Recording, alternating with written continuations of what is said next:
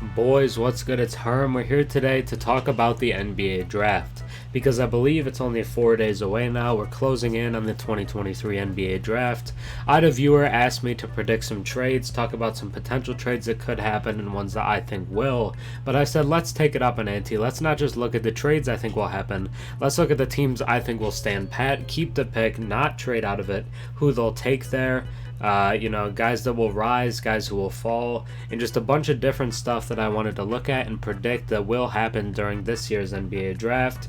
So it's kind of a complete prediction of this year's draft, kind of a deeper look in just what is going to go down. But before we get into it, think about subscribing. It's free, it's easy. If you don't like the content, just unsubscribe later, that's fine. Without further ado, let's just get into it, starting off with the Hornets. What happens with Charlotte? Because I think the draft really starts at number 2. Everybody knows that the Spurs are going to take Victor Wembanyama, generational prospect. Someone called him the best prospect ever. I wouldn't do that, but Victor is the obvious pick at 1, but then it really opens up at 2. Which prospect do they actually prefer, and do they consider trading the pick? A lot of people say that GMs have Brandon Miller over Scoot, which I think is ridiculous, but let's just take a look at what Charlotte's going to do first. So I think it's an interesting look to take a look at the potential new owner syndrome that could play into effect with what the Hornets do. The Hornets were recently sold for around $3 billion by Michael Jordan to a new collective group of owners that includes J. Cole. This could lead the Hornets to get risky and try to make a splash in order to show you want to contend as an owner. This occurrence is often referred to as new owner syndrome and is used to imply that new owners often make splashy moves early in their ownership without really considering the price and the risks that are involved. This is best shown by the Phoenix Suns trading for Kevin Durant seemingly hours after Matt Ishbia bought the team. They gave up Mikal Bridges, Cam Johnson, Jake Crowder, and 4 unprotected first-rounders. It may have been an overpay, but Ishbia wanted KD, and he said, we're going to get him. Giving up Bridges and Cam is still the part that confuses me. I felt like they could have kept Cam and got away with it, but Bridges right now looks like an all-star. It's something maybe they didn't think through super well, but at the end of the day, they got a great player, and that's what could end up happening here. With speculation that the Pelicans want to trade up, the Hornets could try to make a similar splash and very riskily trade the 2nd overall pick for Zion Williamson. It would put fans in the seats, it would bring people to the stadium for the new owners, it would sell out a lot of games if you had LaMelo and Zion playing together, but the problem is they probably wouldn't play together all that often because they both have injury concerns. My prediction though, I think they'll keep the pick. The Hornets are not a team that are very close to contention, and it's not very often you get the ability to draft this high and take a player of this caliber, especially considering they jumped up in the lottery. So they weren't supposed to have the number 2 pick. They didn't have top 3 odds. They weren't, expected to be up here, but they are, and because of that, I think you have to really value what you've been given. Trading for Zion or Brandon Ingram is risky as both players have shown a certain level of injury proneness. This is on top of their own star, LaMelo Ball, who has some of his own injury concerns. The Pelicans are trying to trade up into the top 3 to get Scoot Henderson. That's pretty well reported at this point, and if that deal was to occur, it would be Zion or BI going to either Charlotte or the team we'll talk about next. But they would offer big players who have been all-stars, players who are very impactful, but they do have injury concerns. Considering all the kind of pieces here, I think they'll keep the pick, which leaves us with one question: who's the selection?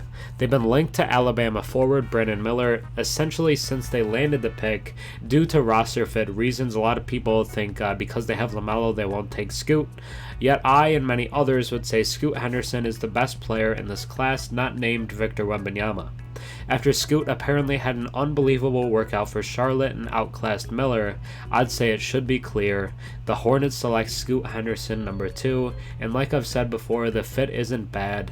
The shooting concerns are unwarranted. In the G League showcase this year, Scoot Henderson shot 47% from 3. 47, yet people overlook that. They only want to talk about the regular season. There's more to what happens in the G League than just the regular season. The showcase is important. It was like a 6-game sample. sample. The regular season's not a huge sample either. And in his first year, he was a pretty good shooter. It looked better, and he's a great shooter in the mid-range right now, which even the skeptics will admit. So I don't think the shooting is a concern. I don't think the fit is a concern. And I think Scoot Henderson is a #1 overall pick level of talent. So if you get him here for the Hornets, you should be thrilled, and I think they'll take him.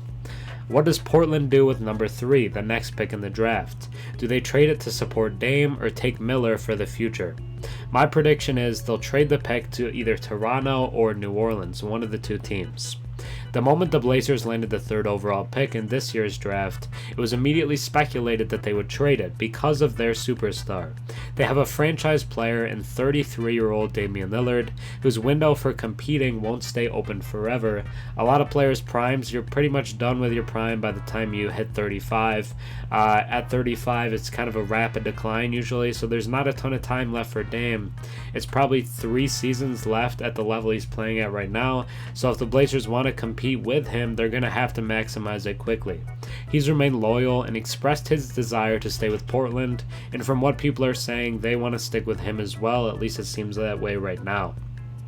After taking Shaedon Sharpe in the lottery last year, who was very raw as a player, if they select again this year, it would send a clear message that they are not serious about competing with Damian Lillard. Due to that, I think they'll trade the pick, because if they don't, I legitimately think he'll ask to be traded, and I don't know if they really are ready to do that. I would suggest that they rebuild and do it the right way. They have a great core right now, but I just think that they're too committed to Dame. They're going to do what they need to make him happy and to keep him there. Both New Orleans, the Pelicans, and the Toronto Raptors have rumored interest in trading into the top 3 and have all-star forwards. But from what I hear, they don't want Zion, so that leaves us with 2 guys. And I'm predicting that Portland trades the 3rd pick to Toronto for Pascal Siakam or New Orleans for Brandon Ingram. They get one of those 2 players, add them to the wing, and give Damian Lillard a legitimate all-star as his sidekick. Now, looking past that to Houston, who's picking number 4. Do they trade for a veteran piece or keep the pick? My prediction is that they keep the pick. Rumors are swirling with what Houston might do because of the heavily speculated return of James Harden to the Rockets this offseason. It's also been reported that if they miss out on Harden, they'll go after Kyrie Irving or Fred VanVleet. So they want a clear point guard upgrade. They want a star point guard. I wouldn't call Fred VanVleet a star, but he's right on the edge of that. With these star point guards potentially coming in, some believe Houston will trade the pick to better surround them with talent to compete in the playoffs. So players that are more polished right now and can help them in the here and now. For a lot of the process, many have mocked Ausar Thompson to the Rockets at 4, but with Jalen Green already there, he may not fit if they bring in another point guard. Due to that, I think they'll stay away from Ausar at 4. But I don't really think they'll trade the pick either. I think that they'll keep it because their team's young and they have interesting pieces there. They'll stay at 4 and select a forward. The Rockets pick at 4 and take either Cam Whitmore out of Villanova, or Ausar Thompson, Amen's brother, who's more of a wing than a point guard. So I think it's either of those 2 guys for the Rockets if they stand pat, because of this interest in all the point guards, and it fits the roster. They have Şengün at the 5, they have Jabari at the 4, and they can slot in Whitmore or Ausar at the 3 in the lineup of the young guys they already have. I really like Tari Eason, and I think he's going to be a good player, but these guys are going to be more polished. They'd have more kind of standing as prospects, and I feel like they are more completing the rebuild than what they already have, especially if they're bringing in a great point guard. They already have Jalen at the 2, so that really leaves the small forward to upgrade, and I think both of these guys would be really interesting adds to Houston's core. Now, what do the Magic do with picks number 6 and 11? Do they take them both, trade one, or package them together in a trade? So before we talk about that though, let's talk about the Pistons shortly, who pick at 5. If the Pistons are there and Ausar Thompson is there, I think they take Ausar. It's been rumored that they basically promised him that they would take him, and it makes sense. They need a wing, they need an elite defender. Ausar gives you both. He's the better shooter of the 2 brothers and has the ability to become a good shooter.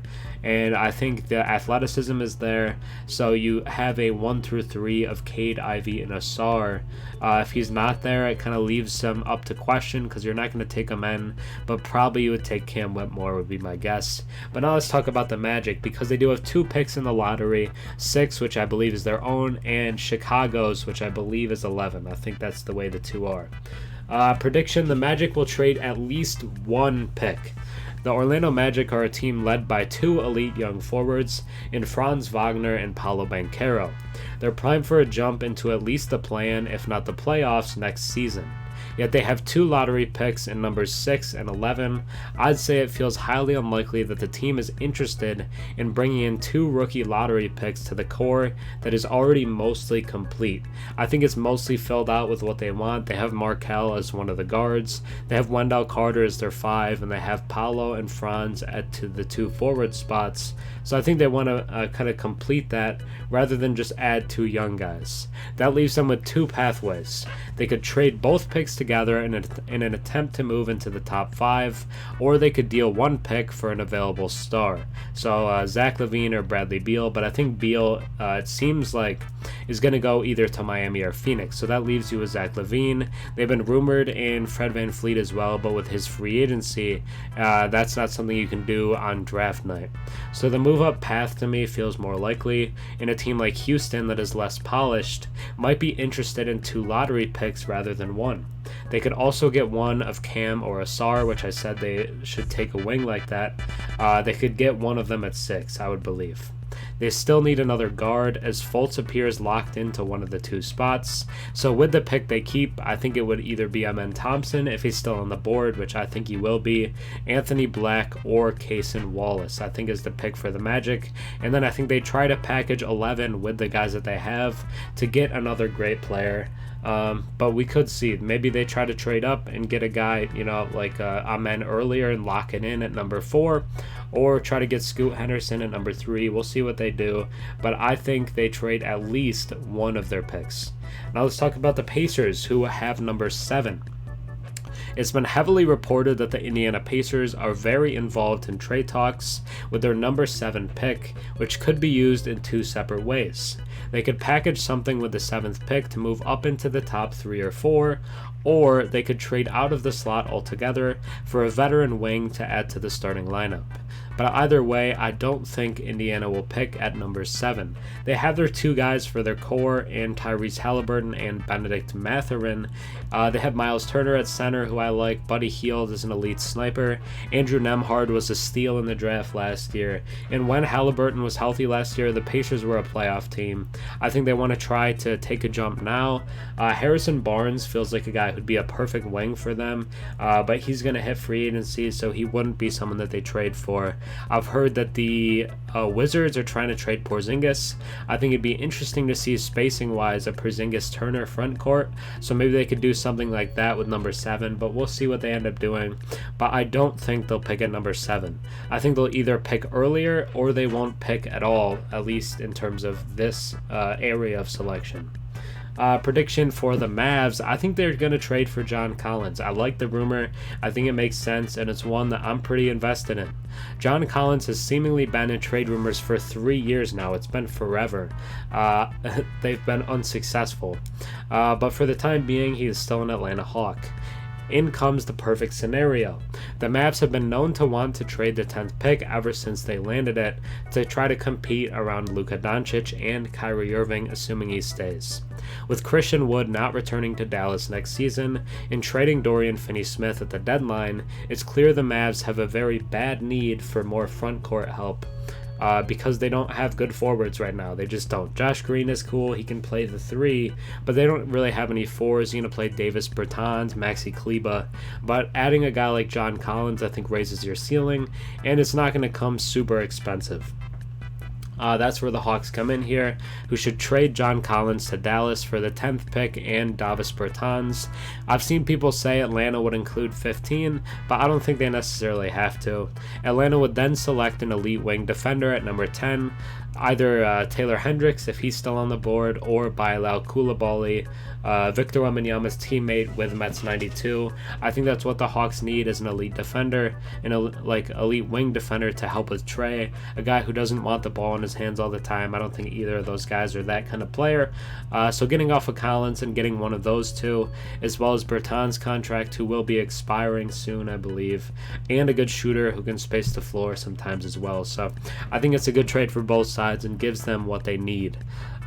Prediction wise, this isn't a specific pick, but I think we'll see a lot of trades in the late first round and in the second round, because there's kind of a clog in there.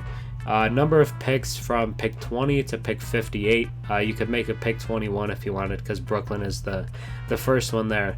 But Charlotte has 4 picks in there, Indiana has 4 picks in there, Brooklyn has 3, and Sacramento has 3. I'd say it's just unrealistic. All these teams keep these large number of picks. You just don't want to bring in that many rookies. It's hard to play them, and at a certain extent, you just don't want the inexperience, even if you're a team that is lower, like Charlotte. But I just feel like you don't keep that many picks. So this draft is stacked with rotation player talent.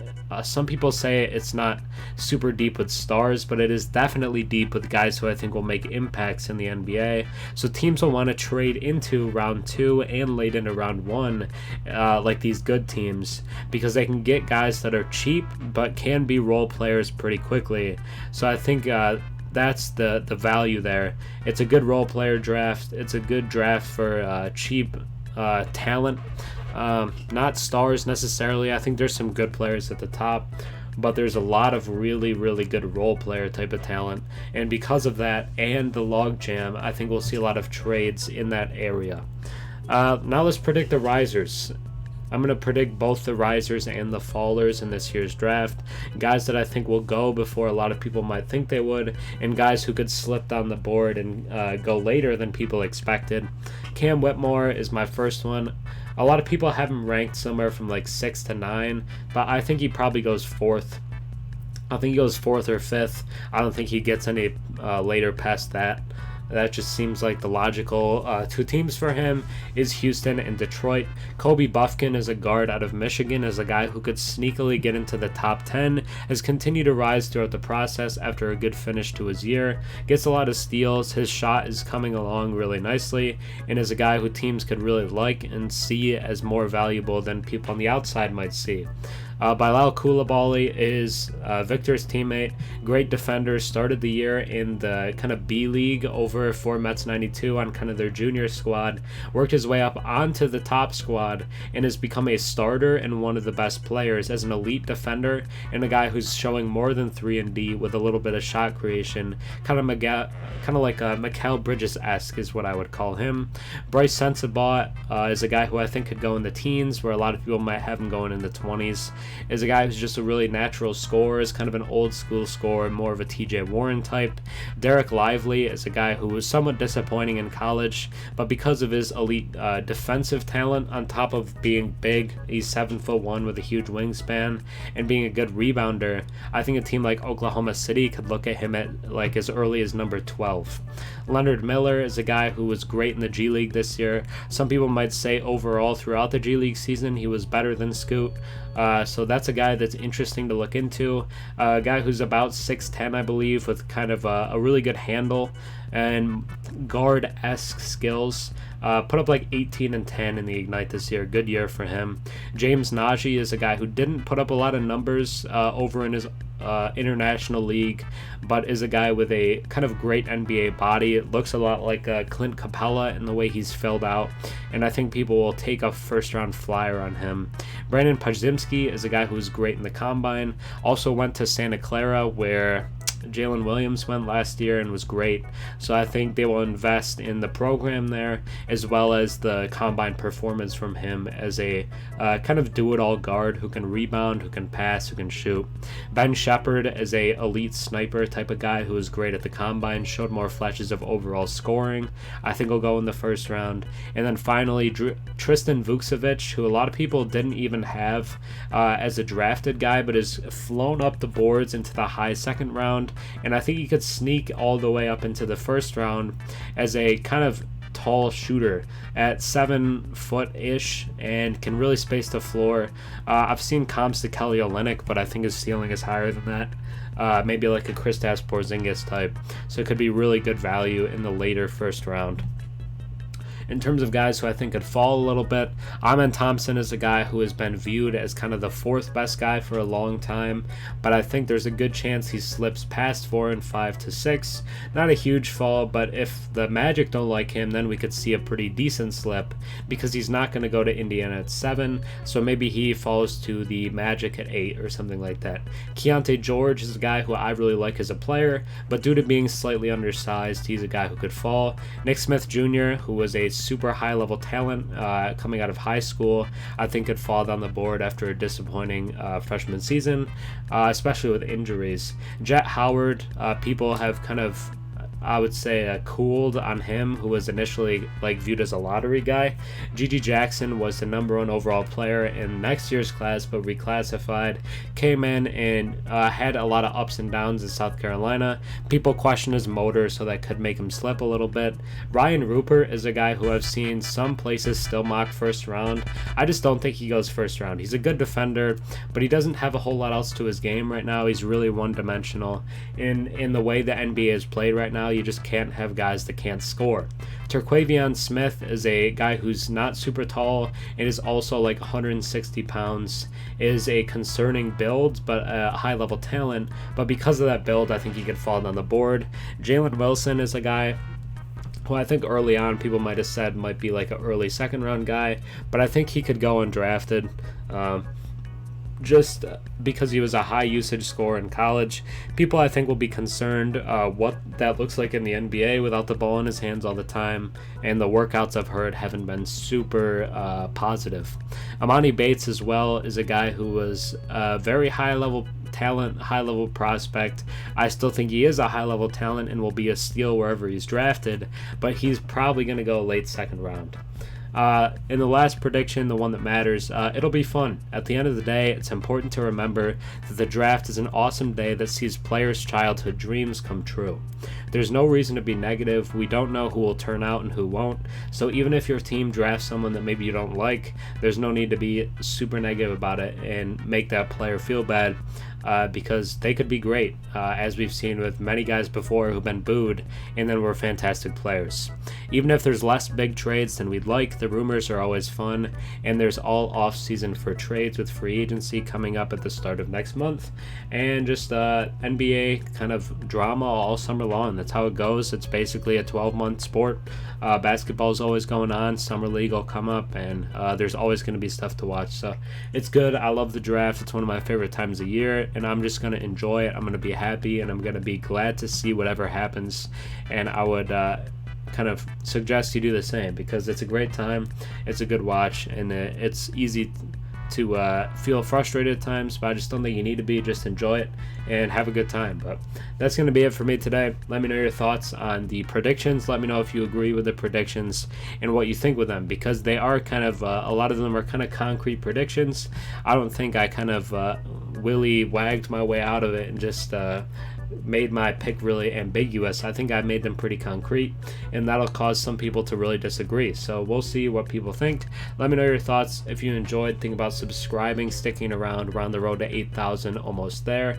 But yeah, hopefully you enjoyed. Leave a like, comment, think about subscribing. But that's going to be it for me today. Have a good rest of your day. Peace.